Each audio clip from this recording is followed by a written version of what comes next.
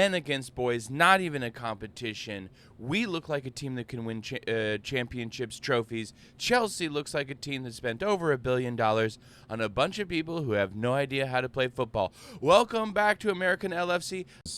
All over them. It was like the peak of heavy metal football again. And, early on in Klopp's tenure, it's like it felt like that energy was back. And I feel like that may have something to do with Klopp's announcement, right? Because everyone now is like, we are going to run ourselves absolutely ragged to win this guy everything we can because of what he means to us.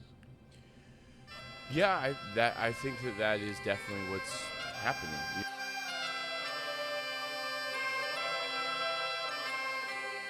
Liverpool Football Club placed an absolute drubbing on Chelsea this past weekend at Anfield. Men against boys, not even a competition.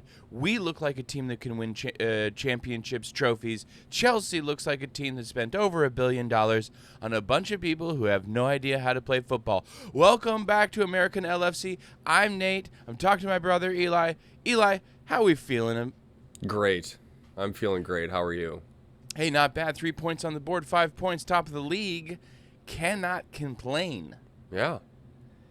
We just watched and experienced a game of football that looked somewhat like a training session for one team, and looked like a bunch of other people should be on the transfer list for the next transfer window for the other team. I think Graham Lasso said in commentary at one point in the second half that he's like, one of these squads looks like a team, and the other looks like a collection of individuals that don't have a plan, or something to that effect. And I was like, that really sums it up really well, right? Because you could see it, that the Liverpool team was busting their butt for each other and had a concise, strategy and system they were implementing. And Pochettino just hasn't been able to do that at Chelsea. I don't know if he doesn't have the personnel he wants because it's bully buying players that he's interested in, or what's going on, but Chelsea just looked like 11 individuals out there running around trying to figure out what to do as they were getting absolutely pummeled by a superior Liverpool squad.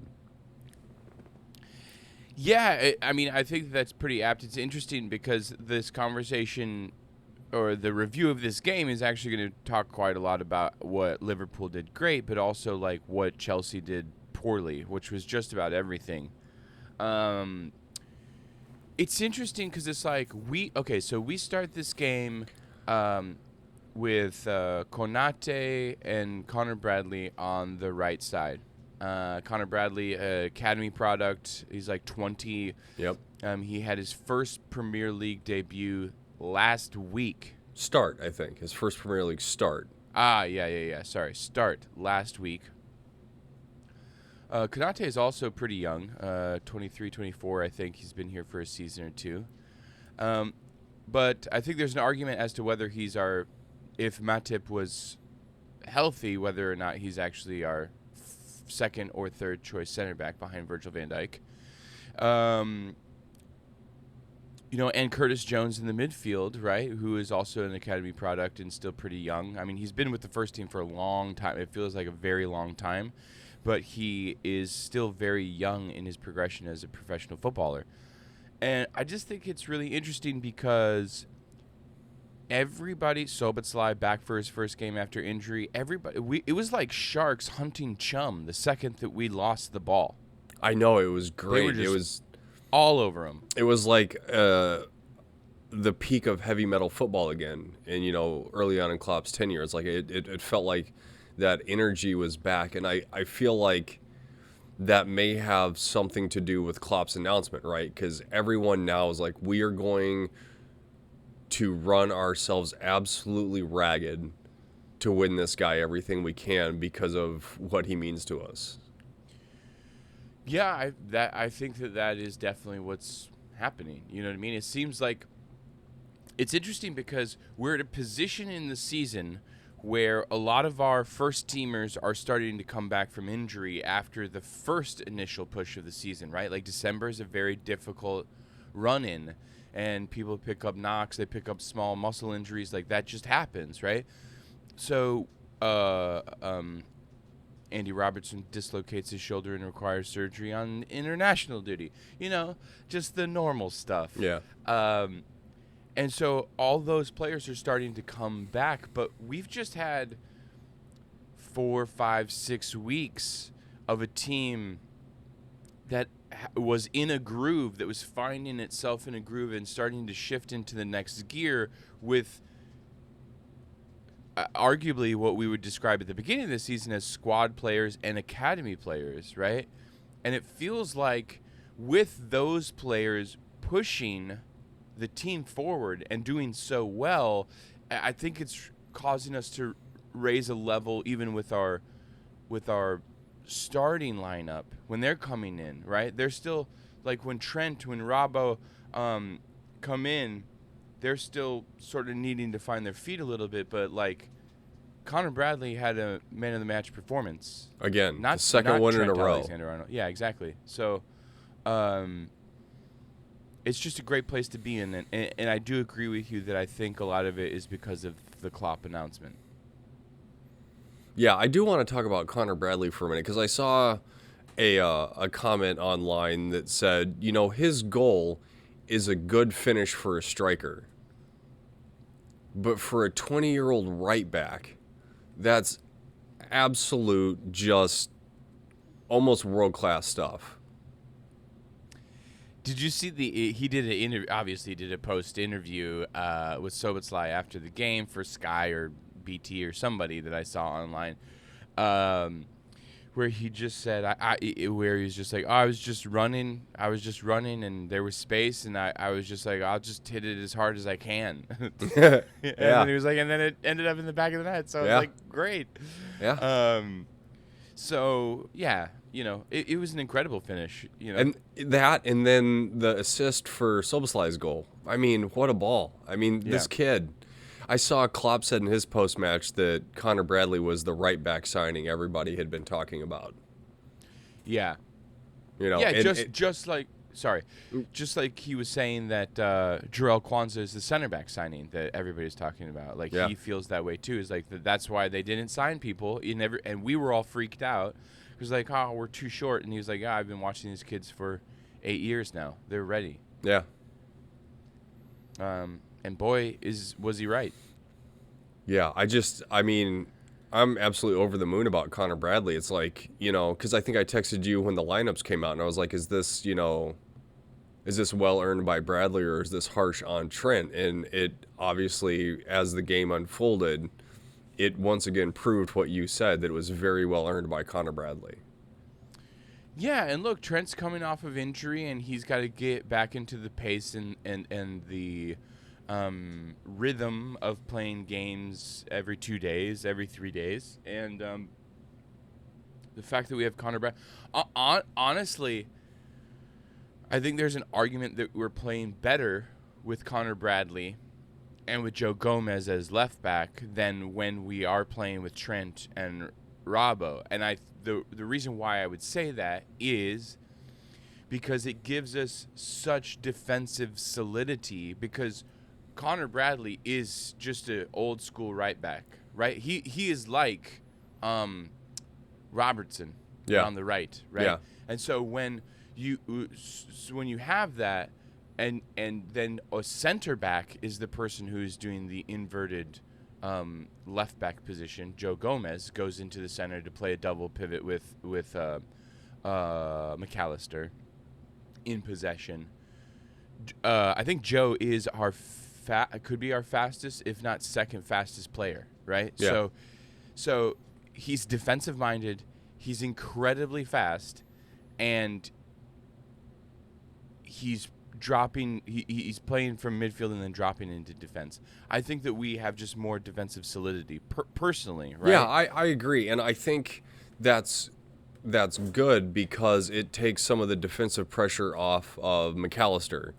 Yeah, because he doesn't have to be the midfield destroyer that Fabinho was. He can be more of that silky, deep-lying playmaker, like Regista type thing, as opposed to I have to break up play to protect the defense, because we do have more defensive solidity with Bradley, Konate, Van Dijk, and Gomez is the back line. Yeah, yeah, and I mean, I think you can tell too, because like the things like I'm sure we could pull up the scores of the last several games. It's like Brentford, or I'm sorry, not Brentford, but Norwich 5 goals. We just scored 4 against Chelsea. Like it feels like Could have been a lot more. Darwin hit the post 3 times. yeah, You know, and another day. Yeah, another day. It's 7-1. You know, yeah. absolute hammering. Well, another day. It's also they get 2 penalties. Yeah, I mean, when I started watching the game and it zoomed in on Paul Tierney as the ref, I was like, oh crap, here we go.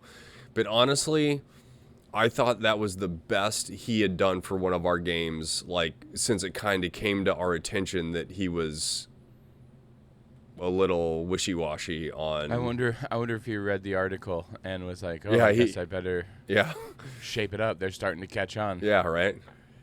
Yeah, I thought he was really great. I was super surprised. I was like, oh boy, this is going to be one of those ones, and Yep. it wasn't. I do. Well, think I mean, for me, the kind of the ref defining moment is that first penalty shout in the first half where he Yeah, just with waves it Connor. off. VAR checks it, and they're like, nope, we're not overruling the call on the field because there's not enough contact in it, right? right. I mean, Connor Gallagher. That's who it is. yeah, the Connor Yeah. Gallagher Van Dyke when he brushes him in the box.